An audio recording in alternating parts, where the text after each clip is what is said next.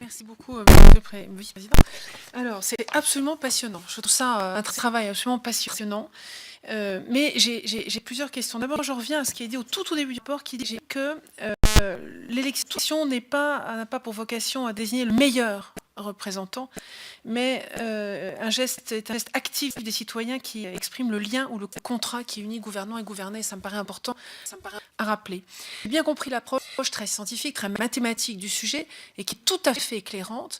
Il y a un point, du coup, on est quand même obligé de revenir un peu à la politique de temps en temps, parce que l'objectif, c'est quand même de pouvoir donner aux politiques des outils pour pouvoir faire des choix éclairés. C'est quand même la vocation de l'OPEX. Donc, je crains à lire et à écouter tout ce qui vient d'être dit, mais quelle lisibilité donnons-nous aux citoyens? Que va-t-il comprendre? Mon voisin, le sénateur Le Gleut, qui est en Allemagne, me disait il n'y a pas un Allemand qui est capable d'expliquer son mode de scrutin, qui prend comme on dit son député. Et je trouve que ça, c'est quand même un handicap. On essaye de chercher une perfection dans le système, laquelle, avec quel objectif, c'est pas encore très clair pour moi. La représentativité est-elle nécessaire? C'est un vrai sujet de démocratie. Et ensuite, il ne faut-il pas aussi que le citoyen, l'électeur, puisse s'approprier le mode d'élection pour comprendre ce que signifie son geste? Et ça, c'est un point qui me paraît tout à fait essentiel. Oui, ma chère collègue, vous avez raison sur tous les points, et c'est passionnant aussi pour cela. En premier, sur la remarque que vous faites, la remarque que j'évoquais sur comment, en tout cas, comment la légitimité de l'élection s'est imposée pour la désignation des représentants, s'est développé dans l'ouvrage de Monsieur Manin sur la démocratie représentative, et il explique bien, histoire à l'appui, exemple à l'appui, comment au XVIIIe siècle émerge le modèle de scrutin par élection dans le cadre de la réflexion sur ce que c'est que le contrat entre les gouvernants et les gouvernés comme un mode actif. Par ce geste de vote, les citoyens participent à la désignation des représentants et ça donne la légitimité aux représentants ensuite pour gouverner. Et c'était une approche très différente de ce qui était considéré auparavant comme démocratique, comme dans la démocratie athénienne, comme dans la République de Venise, où on considérait que les citoyens étaient quelque peu interchangeables, que personne n'avait plus droit à gouverner qu'un autre, où qu'un système de tirage au sort était instauré avec des mécanismes de contrôle. Et Manin insiste sur le fait que ces mécanismes de tirage au sort n'avaient pas pour but, dans la démocratie athénienne, n'étaient pas basés sur le fait de faire confiance aux divinités, ou que ce soit quelque chose de sacré, mais que c'était bien conçu comme un système par lequel n'importe qui pouvait se retrouver en situation de pouvoir, s'il l'acceptait, avec des systèmes de contrôle et contre-pouvoir. Et ce que nous avons aujourd'hui démocratie repose sur des systèmes d'élection et de désignation, au terme d'une campagne, que il y a longtemps, on aurait considéré comme aristocratique. Et c'est important de rappeler aussi, pour évoquer la crise que nous connaissons ici en France, qui reste majeure, nous avons des élections dont les taux de participation sont les plus faibles de toute l'Europe, et cela remet en cause de façon très sérieuse notre légitimité. Ce qui veut dire que remet le travail d'explication, le travail de conviction auprès des citoyens est important. Par rapport à la remarque du sénateur Le Gleut, le système allemand est complexe et les citoyens allemands ne savent pas l'expliquer en pratique. Pour autant, le système allemand est resté très stable. Il a subi beaucoup moins de réformes et débats que le nôtre.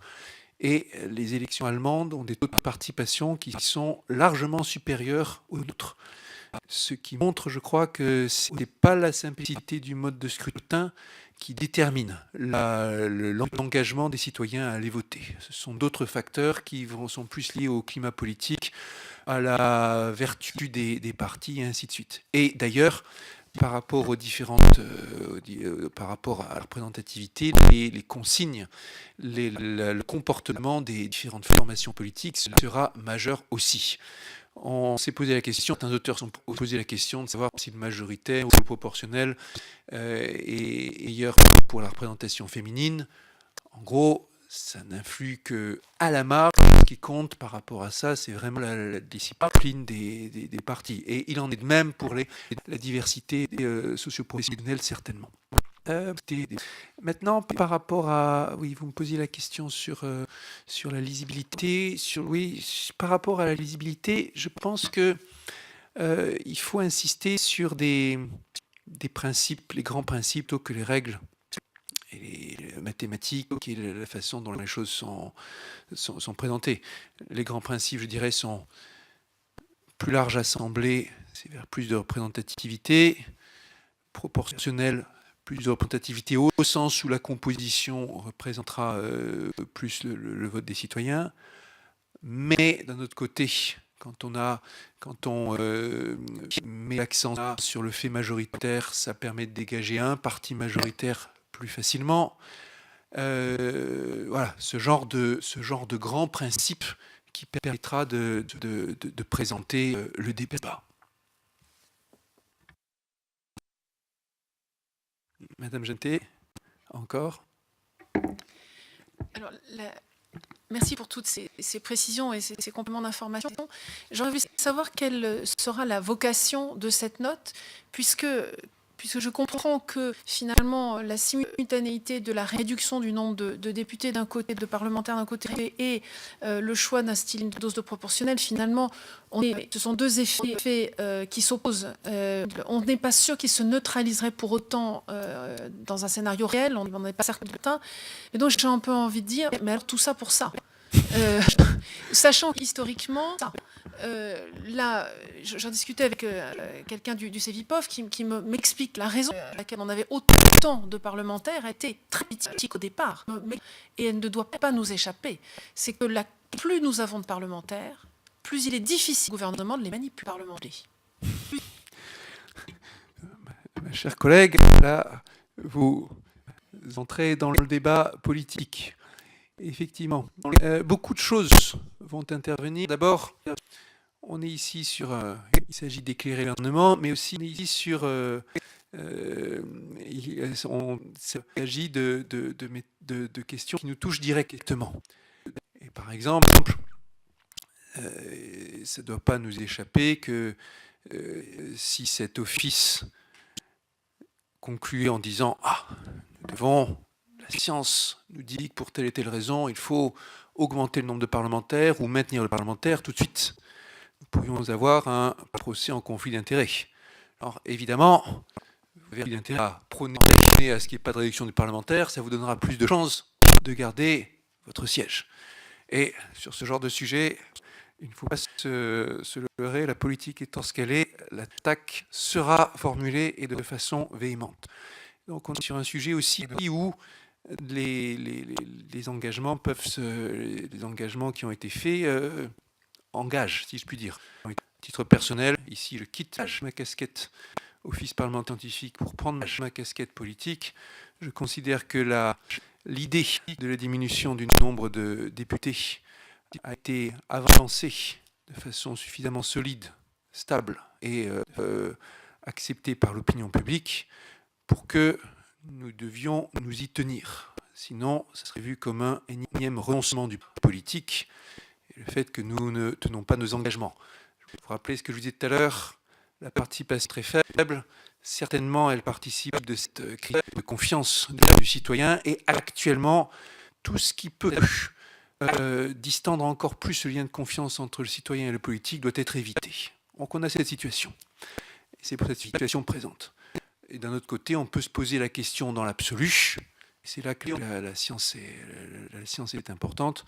Elle montre bien aussi le nombre de représentants. Évidemment, le nombre apporte plus de diversité, plus de stabilité par certaines façons. Certains diront que le nombre apporte une difficulté plus grande au consensus, bien sûr. Dans les comparaisons internationales, on voit qu'il y a des modèles de démocratie très différents entre Europe et les Amériques, par exemple. Quand vous allez dans les démocraties États-Unis ou Canada ou Brésil, vous avez des modèles complètement différents, adaptés à des États fédéraux géants, avec des beaucoup moins de députés par rapport à la population, une concentration de pouvoir bien plus importante aussi des différents parlementaires, et chaque parlementaire en soi représente une petite institution dans le modèle américain. C'est un modèle dans lequel il y a députés, mais qui pour autant se laisse très peu manipuler, comme on le voit. Le Parlement américain a un très fort pouvoir de contrôle, d'opposition au gouvernement, avec aussi des commissions qui ont des pouvoirs très étendus, avec des élections à mi-mandat qui représentent une force considérable pour le Parlement. Et donc, on ne veut pas de règles si simples. On voit qu'il y a aussi des exemples avec relativement peu de députés et des parlements qui sont très forts. Et les comparaisons internationales sont d'autant plus difficiles.